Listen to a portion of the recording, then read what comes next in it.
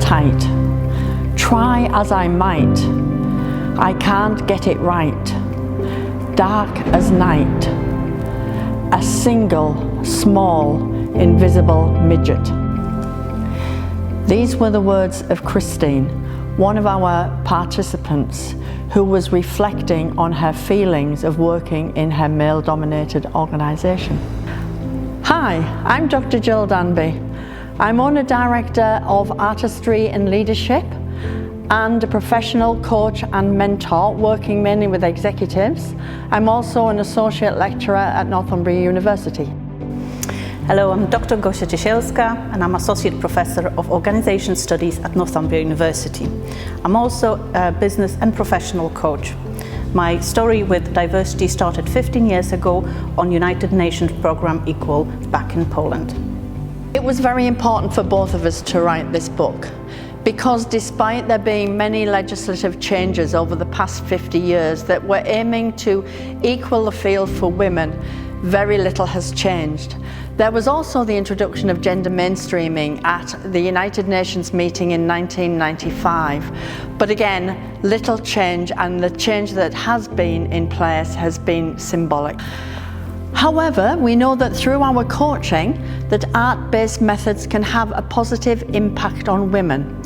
It can help them to overcome gender inequalities by increasing their self-worth, their self-confidence and self-esteem.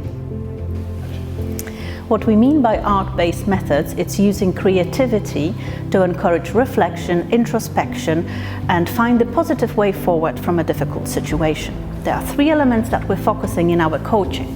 First one is narratives, encouraging participants to tell stories about their situations or using external resources like literature.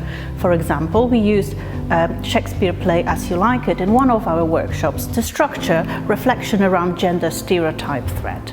Second element is the use of metaphors. We ask participants to take photographs and write poems to engage with their emotional responses to difficult situations.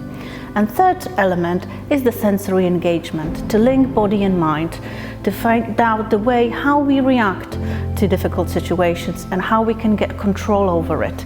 And we do that through mindfulness exercises.